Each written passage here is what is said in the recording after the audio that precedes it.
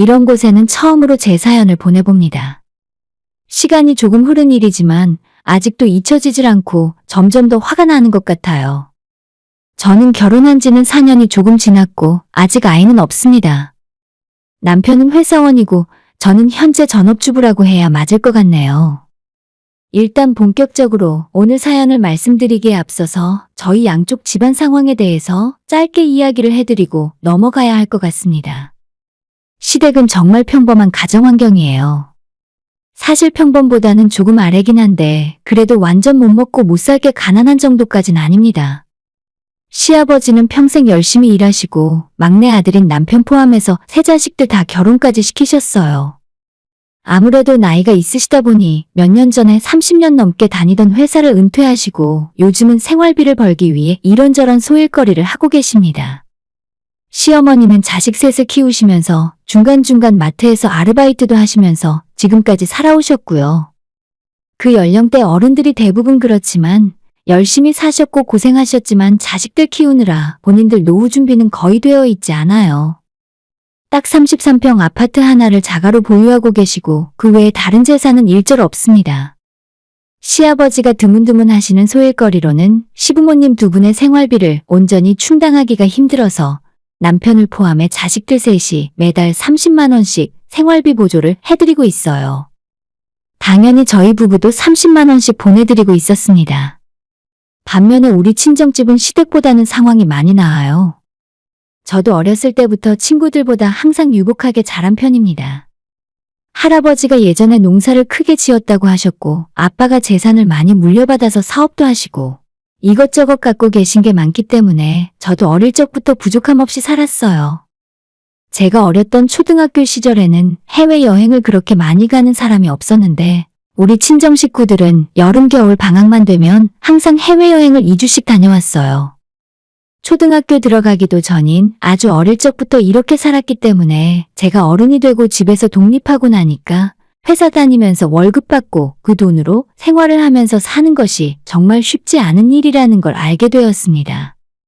제가 대학 졸업하고 처음엔 아빠 회사에 다니면서 일을 배우기 시작했어요. 그런데 첫 출근을 하기도 전에 사장님 딸이라는 걸 전 직원들이 다 알고 있었고 나름대로 열심히 일을 하려고 했는데 다들 저를 불편해하는 걸 느낄 수 있었죠. 사실 그분들 입장에서 얼마나 제가 굴러온 돌처럼 생각되었을까 싶어요. 특별히 괴롭힌 적은 없지만 저한테 절대 힘든 일을 시킨 적도 없고 점심시간에 같이 밥을 먹어도 제 앞에서 자연스럽게 대화를 거의 하시지도 않더라고요. 그래서 결국 반년 만에 제 발로 회사를 나오게 되었습니다. 그나마 저희 오빠는 일찌감치 일을 시작했었고 어차피 나중에 이 회사를 아빠에게 물려받을 거니까 상관없는데 저는 아니잖아요. 사람들과도 잘 어울려 지내고 싶고 특히 저 때문에 다들 불편해하는 모습을 보기가 싫어서 그냥 다른 회사를 다니기로 마음을 먹었어요. 아빠 친구분 회사에 추천받아 들어갔고 그곳에서 사무직으로 일을 하며 나름대로 만족하고 있습니다. 어차피 사무직 일이라는 게 크게 다르지 않은 것 같아서 나중에 필요하다면 다시 돌아오는 것도 쉬운 일이겠죠? 평범한 회사를 다니다 보니 부모님 품에서 독립을 하고 싶어서 일찌감치 집에서 나와서 살게 되었어요. 처음엔 반대를 많이 하시던 부모님도 뭔가 근처에 오피스텔을 얻어주시면서 결국엔 허락을 해주셨습니다. 그렇게 직장 생활을 하다가 회사 동료의 소개로 남편을 만나게 되었고 첫인상이 엄청 마음에 들지는 않았지만 보면 볼수록 정이 가는 스타일이었어요. 남들 다 알아주는 대기업을 다니는 건 아니지만 IT 쪽에서 나름대로의 능력도 있었고 대화를 하면 할수록 유머 감각이나 대화 코드가 잘 맞아서 이 남자라면 평생 함께 사는 게 심심하진 않을 것 같았습니다. 남편도 저를 마음에 들어해서 연애 1년 조금 넘게 하고 바로 결혼했어요. 사실 둘 다 결혼 준비가 완벽하게 된 건 아니었지만 제 나이도 20대 후반이었고 부족하면 부족한 대로 앞으로 살면서 맞추면 될 것 같았거든요. 연애할 때까지만 해도 남편은 본인의 차도 없었고 모아둔 돈도 별로 없었기 때문에 데이트 비용은 상당 부분을 제가 더 많이 부담하면서 만났었죠. 그래도 저는 남편이 너무나도 좋았어요. 그 전에 만났던 사람들이 있는데 저라는 사람보다는 제 부모님이 하시는 일이나 재산에 더 관심이 많은 것처럼 보였습니다. 그런데 이 사람은 다른 남자들처럼 제 앞에서 괜히 있는 척도 안 하고 본인이 열심히 노력해서 저를 행복하게 해주겠다고 말을 하는 사람이었어요. 지금은 당장 돈이 좀 없어도 항상 어딜 가든지 주눅들지 않는 모습이 멋있어 보였습니다. 심지어 저희 부모님께 결혼하고 싶다고 인사를 드리러 갔을 때 아빠가 모아둔 돈이 없는데 어떻게 결혼할 생각이냐, 내 딸을 책임질 수 있겠냐라고 조금은 강압적으로 물어보기도 하셨는데 남편이 너무 당당하게 자신 있다고 대답을 하더라고요. 부모님께서 그런 남편의 모습을 보고 결혼 승낙까지 바로 해주셨고 아직 능력이 없다 보니 결혼 준비를 많이 도와주셨어요. 특히 신혼집도 친정 부모님이 장만을 해주셨고 사실 신혼집뿐만 아니라 결혼하는 데 있어서 필요한 대부분을 우리 친정에서 해주셨어요. 남편이 차가 없었기 때문에 차도 한 대 사주셨고 딸 시집 가는데 좋은 곳에서 결혼해야 성에 차겠다고 하시면서 예식장 비용까지 전부 내주셨고요. 결혼하고 나서 남편은 1년 만에 다니던 회사를 그만두고 작은 벤처 회사를 차렸습니다. 원래 IT 쪽 회사를 다니고 있었는데 앱을 개발하는 회사를 차리겠다며 친구와 둘이 퇴직금을 모아서 동업하기로 하고 정말 밤낮 없이 열심히 일을 했어요. 저야 그쪽으론 잘 모르니까 조언을 해줄 수도 없었고 그저 응원할 뿐이었죠. 처음 초기 투자금으로 2억 가까운 자본금이 있었는데 그 돈은 눈 녹듯 금방 사라져버리더군요. 직원도 둘이나 뽑았고 사무실 차리고 운영하는 데 들어가는 돈이 생각보다 정말로 많았어요. 운영비를 구하기 위해 이리 뛰고 저리 뛰며 힘들어하는 남편의 모습을 보다 못해 제가 친정 부모님에게 돈을 빌려서 몇 억을 더 투자를 해주었는데 결과가 좋지 못했습니다. 남편과 동업을 하는 공동대표였던 친구가 회사 운영자금을 모두 들고 해외로 도망가는 바람에 남편은 졸지에 빚만 잔뜩 안고 망해버렸습니다. 우리 부모님 돈이야 천천히 갚는다 쳐도 이래저래 대출을 엄청 많이 받아놨더라고요. 솔직히 그렇다고 해도 당장 저희가 먹고 사는데 문제가 생길 정도는 아니었는데 남편이 자신만만하게 시작했던 사업이 완전 무너져버려서 상심이 컸을 거예요. 아무리 열정 넘치던 남편도 그건 좀 큰 충격이었는지 그때부터 의기소침하고 집에서나 밖에서나 제 눈치를 살피기 시작했어요. 다행히 생활비 걱정은 할 필요가 없었던 게 제가 직장에서 받는 월급도 있고 예전에 물려받은 작은 상가가 하나 있어서 그곳에서 나오는 월세만으로도 두 사람 먹고 사는 건 충분했지만 남편이 문제였어요. 사업이 공중분해된 뒤로는 매사에 의욕도 없고 스스로 자책하기 시작했어요. 저는 남편에게 괜찮다고 다시 무슨 일이든 잘할 수 있을 거라고 독려했지만 거의 반년 가까이 폐인처럼 방구석에서 지냈습니다. 보다 못한 저희 아빠가 그렇게 집구석에만 있지 말고 아빠 회사로 나와서 일이라도 하라고 해서 작년부터 아빠 회사에서 일을 돕고 있어요. 결혼 전에는 절대 남편이 그런 성격이 아니었는데 한번 고꾸라진 이후로는 갖고 있던 생각조차 뒤틀려 버리더라고요. 절대 어딜 가서도 기죽는 법이 없는 사람이 항상 저희 집과 시댁을 비교하면서 당신이랑 형님은 참 좋겠다. 성공한 부모님이 있으니까 언제든 기댈 곳이 있잖아. 형님은 언젠간 이 회사 물려받으시겠지. 나 같은 놈은 아무리 노력해도 못 따라갈 거야. 저는 남편 사업이 망해버린 건 하나도 화가 나고 실망스럽지 않아요. 오히려 그런 꿈조차 없이 실패하기 싫어서 하루하루 대충 사는 사람이었다면 제가 이 사람과 결혼까지 생각하지도 않았겠죠. 근데 한번 실패했다고 해서 저런 식으로 매사에 심사가 꼬인 것처럼 행동하는 건 정말 눈뜨고 꼴도 보기 싫었어요. 아빠 회사에 들어가서 일을 하게 된 이후로는 이상하게 자꾸 시댁과 친정의 가정 환경에 대해서 비교를 하면서 스스로 힘들어했습니다. 아무도 눈치 안 주고 자기 일이나 열심히 하면 되는데 괜히 혼자 움츠려드는 것 같아서 답답했습니다. 저희 오빠도 유학까지 짧게 다녀오고 나름 열심히 공부한 사람이에요. 대학 다니면서도 아빠 회사에 출근을 할 정도로 오래전부터 사업을 물려받기 위해 열심히 살았던 사람인데 그것도 뭔가 마음에 안 드나 봐요.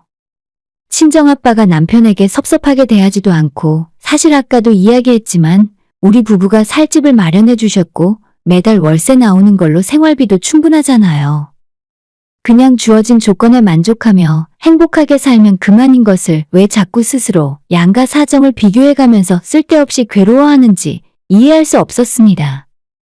제가 결혼하고 지금까지 절대로 시댁을 무시하거나 차별하지 않았어요.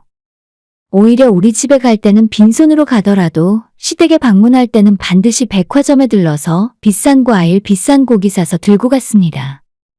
마트에서 사서 갈 수도 있지만 죽어도 뒤에서 욕먹는 게 싫었어요. 게다가 매달 30만 원씩 시댁에 생활비 보조해드리는 것도 남편 사업이 망한 뒤로는 결국 제 돈에서 보내드리고 있어요. 남편이 버는 월급은 대부분 남편이 사업하다가 날려버린 빚 갚는 데 들어가고 본인 용돈이나 좀 쓰면 없었으니까요. 명절이나 분기에 한 번씩 시댁에 직접 찾아가진 못해도 옷도 한 번씩 보내드리고 용돈도 따로 더 챙겨드리기도 했습니다. 그렇게 따로 챙겨드린 건 남편은 아마 모를 거예요. 그때마다 일일이 내가 시부모님한테 용돈이랑 선물 보내드렸다고 생색내는 것도 싫었고, 시어머니한테도 남편한테는 제가 뭘 보내줬다고 말하지 말라고 신신당부를 했거든요. 하지만 남편의 원인을 알 수 없는 불만은 점점 더 심해져만 갔고, 결국 얼마 전 저희 부부 사이에 사고가 터지게 됐습니다. 원래는 지난 연말에 온 식구들 가족여행을 한번 가려고 했는데 당시에 남편이 망하고 폐인처럼 지내던 시절이라 다들 저희 눈치 보느라 여행 이야기를 못 꺼냈어요. 그래서 부모님이랑 오빠네 부부는 여행을 갔었는데 저는 이래저래 핑계대고 남편이랑 남아있었죠. 지금은 그때보다는 많이 나아진 것 같아서 얼마 전에 친정부모님이 연휴를 이용해서 짧게 제주도 가족여행이라도 함께 가자고 제안을 하시더라고요. 저번에 우리 부부만 참석을 못한 것이 부모님 마음에 걸렸었는지 당신들이 숙소부터 모든 경비를 다 내겠다며 같이 가자고 하셨습니다. 저는 당연히 좋았고 최근에 별로 웃을 일이 없었는데 남편이랑 같이 여행을 가면 참 좋겠다고 생각했어요. 하지만 남편은 이런 지하에 딱 잘라서 거절하면서 자기는 우리 가족여행에 안 끼고 싶으니 저 혼자 가라는 소리를 하더라고요. 난 됐어. 당신이나 혼자 갔다 와.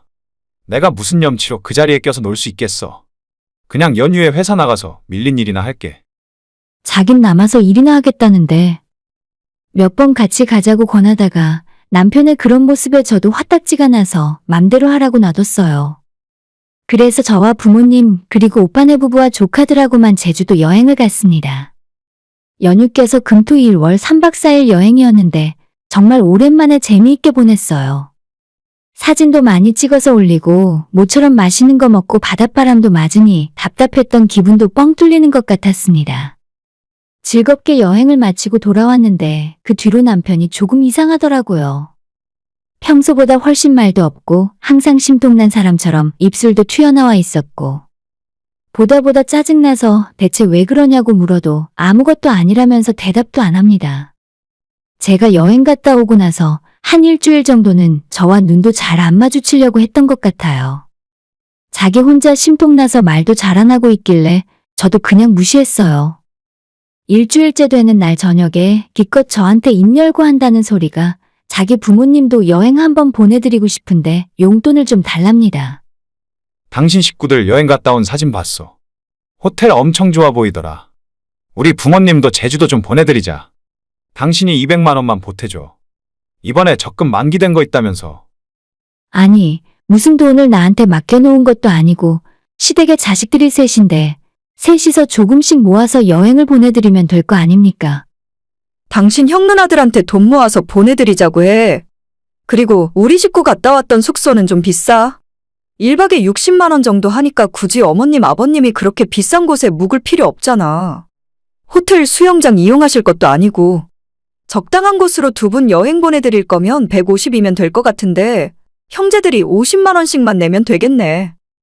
라고 제가 말했더니 그 말에 또 기분이 상했나 봐요. 우리 집안이 너네 집처럼 부자인 줄 아냐? 돈 주기 싫으면 말아. 아니 저희가 무슨 유럽 여행을 다녀왔습니까? 괌이나 사이판을 다녀왔습니까? 5월이라 어버이날 어린이날 겸해서 3박 4일 제주도 다녀온 건데 그게 그리 배가 아프고 못마땅한 일이었을까요? 심지어 여행 경비도 친정 부모님이 부담하셨잖아요.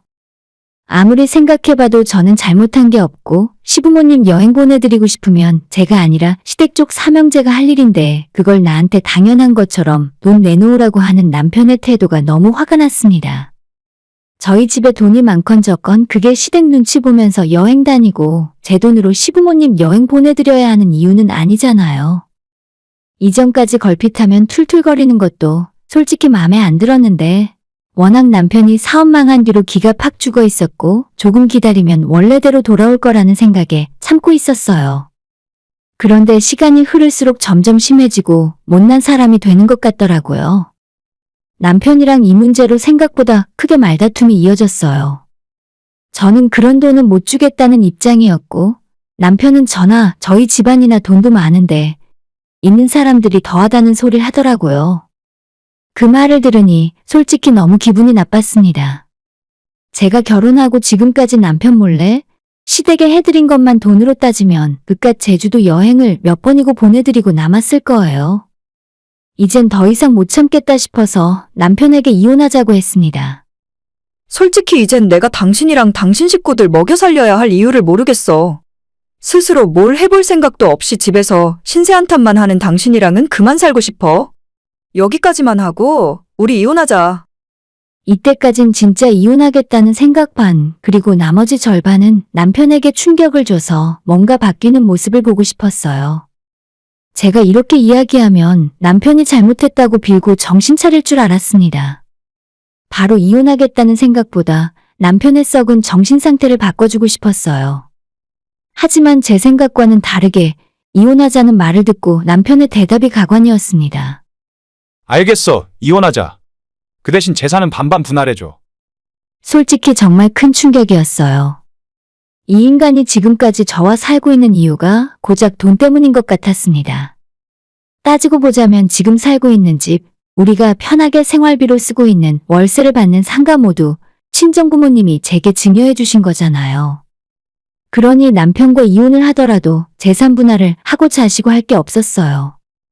결혼 생활 도중에 남편이 돈을 벌어다가 뭘 사놓은 것도 아니고 사실상 사업이 망한 뒤로는 본인 앞가림조차 힘들어져서 저한테 생활비 한번 제대로 가져다 준 적이 없으니까요. 그래? 주고 말고는 내가 결정할 문제는 아니고. 받을 자신 있으면 어디 한번 받아가 봐. 내가 당신보다 법을 조금이라도 더 많이 알 것 같은데 우리 부모님이 나한테 주신 걸 당신이 무슨 권리로 뺏어간다는 건지 모르겠네. 그 좋아하는 재산 분할 법적 다툼 원하는 대로 해줄 테니 당장 이혼하자고 했습니다. 그제서야 정신이 돌아오는지 자기가 미쳤었다고 잘못했다고 사과하는데 저는 마음이 이미 완전히 돌아서 버렸어요. 지금까지 남편이랑 살면서 아이를 안 낳고 산 게 다행이다 싶었습니다. 남편이 뭐라고 하던 말던 바로 다음 날 아빠 회사와 오래 관계를 맺고 있는 담당 변호사를 찾아가서 제 이혼 서류를 만들었어요. 우리 아빠에게 남편이랑 이렇게 싸우고 이혼한다고 했더니 아빠도 그동안 사위에게 좋지 않은 감정이 잔뜩 쌓여 있었나 보더라고요. 안 그래도 그놈 자식 자를까 말까 벼르고 있던 참이었다. 내가 처음에 사람을 완전 잘못 봤어. 너도 이참에 빠르게 정리하고 새 출발해라. 그 뒤로는 사실 일사천리였습니다. 남편은 이제 와서 이혼하기 싫다며 잘못했다고 싹싹 빌었지만 제 마음이 다 떠나버린 이상 남편이 뭐라고 하던지 전혀 상관없었고 저는 대화하고 싶지 않으니 변호사 통해서 이야기하라고 했죠. 결국 얼마 버티지 못하고 이혼 서류에 도장을 찍더니 남편은 본인 빚을 다 끌어안고 짐 빼서 다시 시댁으로 돌아갔습니다. 아빠 회사까지 그만두고 지금은 뭐 하면서 살고 있는지 소식을 들을 수 없네요. 웬만한 직장인 월급으로는 그 빚을 감당하기 힘들 텐데 열심히 살아야 할 겁니다. 본인 가진 것에 만족할 줄 모르고 쓸데없는 열등감 때문에 결혼 생활까지 망쳐버렸어요. 평생 자기가 저지른 일 후회하면서 조금이라도 반성하고 살았으면 좋겠네요. 오늘의 사연은 여기까지입니다. 구독과 좋아요, 알람 설정 부탁드려요. 다들 행복하시고 좋은 하루 되세요.